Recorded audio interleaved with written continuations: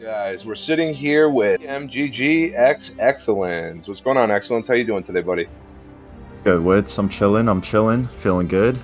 Awesome, man. I'm really excited about this interview. We've been talking about it for a little while. A few questions if you're ready to rock. How old are you? So I actually just turned 23 at the end of August. So Sweet. might be old. Yeah. Well, you know what I say, dude. The second you hit 20, it's only uphill from there. That's um, breezing by. yeah, but you know what, dude? You still, 20s are still a really good time, dude. I'm a little bit older than you, and I wish I was 23. Yeah. So, where are you from, dude? Yeah, so I'm actually originally from New York City, and right now I'm on the East Coast. I've been kind of bouncing around a little bit, but yeah, I'm just chilling in good old USA. Yeah, man, I'm from Massachusetts myself, and I definitely resonate with that. So when I first started playing COD Mobile, I was really attracted to a few different streamers who sort of imparted a lot of advice that I really liked and took to heart. What drew you to play COD Mobile originally? Funny story, actually. I had met a chick who loves Call of Duty, and at the time I didn't have a console and she didn't have a console. So I remembered that the Call of Duty mobile app existed. I I think I downloaded it beta and I never played it one time. Yeah. Yeah, so this chick, she, we started playing together, things didn't pan out, and next thing I know, I'm like, fuck this game, I don't want to play this shit, this is stupid. Come around December time of last year, December, January, I re-downloaded the game and actually started playing it, kind of just for myself, and I had a blast, so it's been great since then. Yeah, man, I've seen you around for a long time, dude, and to be entirely honest, outside the fact that we're having an interview right now, I'm really impressed, man. And friend to friend, it sucks to go up against you. So, do you currently hold a leaderboard position for any weapons, or are you top 5,000? And can you speak on that a little bit? Yeah, so actually in my first season I'd hit legendary, which I didn't think it was that special or anything. It definitely felt good. The first time is the best, you know. I would say after the first season, so maybe February or March leading up to now currently, I've constantly been a top 5,000 player. I currently hold number 280, 290 on the leaderboards for global. And that's great. That feels really awesome. And then in terms of weapons, yeah, so my first fall in love with gun was the HBR A3, and that was during the Kilo Mythic drop, and then continuing into the Mac 10 era, and I was number 5 on global leaderboards for that. Ended up on global leaderboards for a few other guns, but right now the one that I'm focused on is the Krig 6. I haven't been grinding it as much, but it just kind of naturally happened. I've been having a lot of fun with the weapon, so. Yeah, I really like the Krig 6, and congratulations on being 290, dude. I was 2,000 at one point on the leaderboard, and that was very challenging for me. I'm a three-finger player myself. I was two thumbs when I originally got the position on a really bad device, so I'm kind of stuck in this weird position where I know I need to upgrade my phone, and I definitely need to implement some more digits. But yeah, dude, huge congratulations on that, dude, on attaining that. I appreciate it. Yeah, no problem, bro. I did start on an iPhone, say 10, 11 at the beginning of 2022 with thumbs. So I played thumbs for a good majority of the time I was playing. I think I did not switch to thumbs until the halfway through this past summer. Till four fingers. I switched from thumbs to four fingers. Yeah. That's incredibly impressive that you were able to sort of gain such traction using two digits when you and I both know there's a lot of tablet players out there who use as much as 6.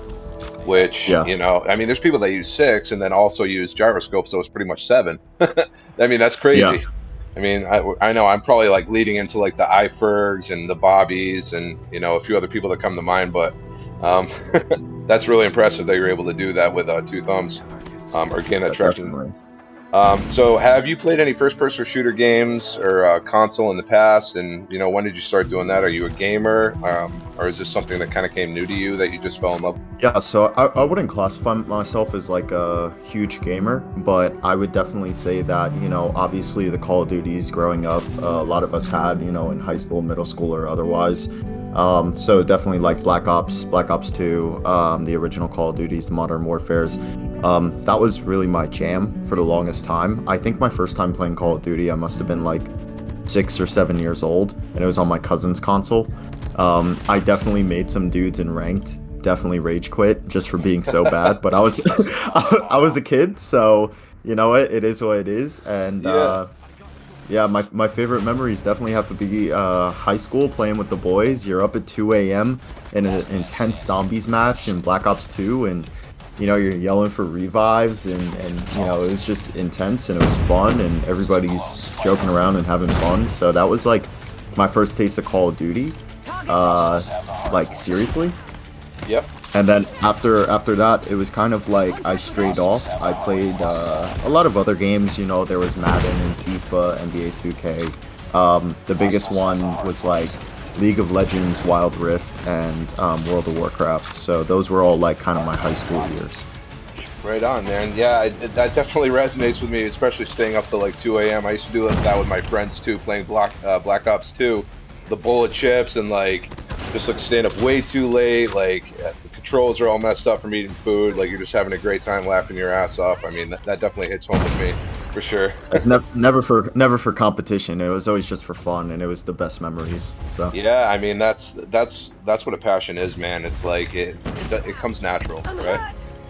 yeah, yep. So is there a particular professional player or a YouTube streamer that's kind of either imparted some advice or inspired you to start streaming? Somebody that you really like? So there were a few that I admired. I think when I first started, Noah was a really good kind of basics fundamentals guy. He makes everything that he does look so easy. Now, granted, Noah also plays on an iPad, and that's no shade to him or any iPad players out there, but you know, just watching how he was able to patrol certain parts of the map and not give up too much. And then eventually shifting into the tribe members. At the time, I think Vague had just gotten on tribe, and so my big go-to guy was Bolu. And Bolu is like a super understated channel at that time. It's nowhere as big as Vague's, but I watched a lot of Bolu's just gameplays and scrims, and a big reason why was because when I had broken top 5,000 for the second time, I ended up playing quite a few games with him and against him. And I was just very impressed by his map awareness, his knowledge, his accuracy, and I really wanted to see what it was that makes a pro. So I would definitely say Bolu from Tribe was one of my biggest inspirations. It's Definitely funny. like getting into it. It's funny you bring up Bolu from Tribe because I was just talking.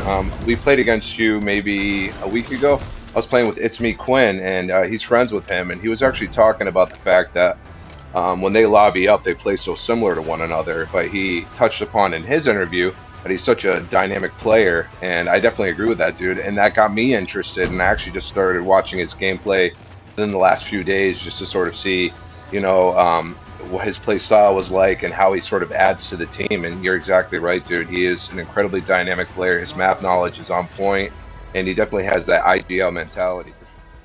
Yeah, I would say grinding top 5,000 the first two times, you know, thumbs, outdated device. My biggest thing was finding a way to impact the team. I wasn't really focused on slaying, so when guys look at my KD now or they look at my stats now, sometimes they're like, you're not really that good of a player.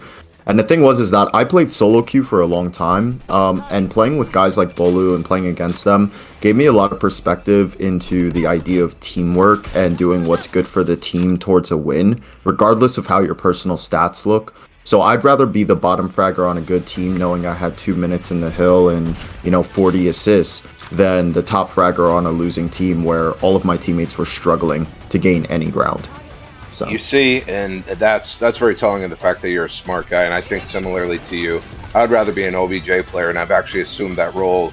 I used to be a solo queuer as well, and I noticed, like, when I was top fragging and really focused on that, a lot of times the point was neglected, and, you know, you could take that loosely for whatever game mode, but if you're playing like a hard point or a domination, and you're sort of assuming an anchor role, and nobody's playing objective and nobody's communicating, I mean, you'll quickly find yourself, you know, losing the game.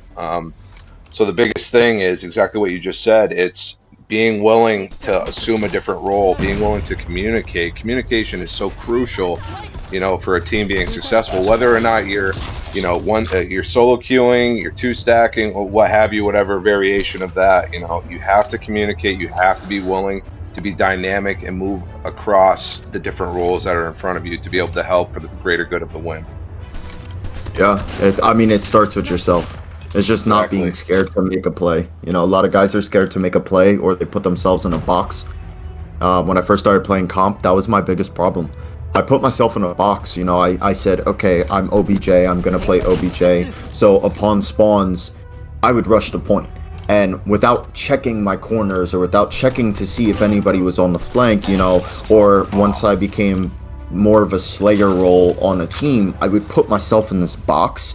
And I think the biggest thing for any player out there, especially if you're looking to get into competitive, is don't put yourself in that box. Because at the end of the day, if you're spawning next to your... And that's about all the time that we have for today, guys. A huge congratulations to Excellence for making mobility, who, if you didn't take this away from the beginning of the video, made it to 4th in the North American aspect of the COD Mobile Championships. If you'd like to see a part 2, please like and subscribe. Let's roll the outro.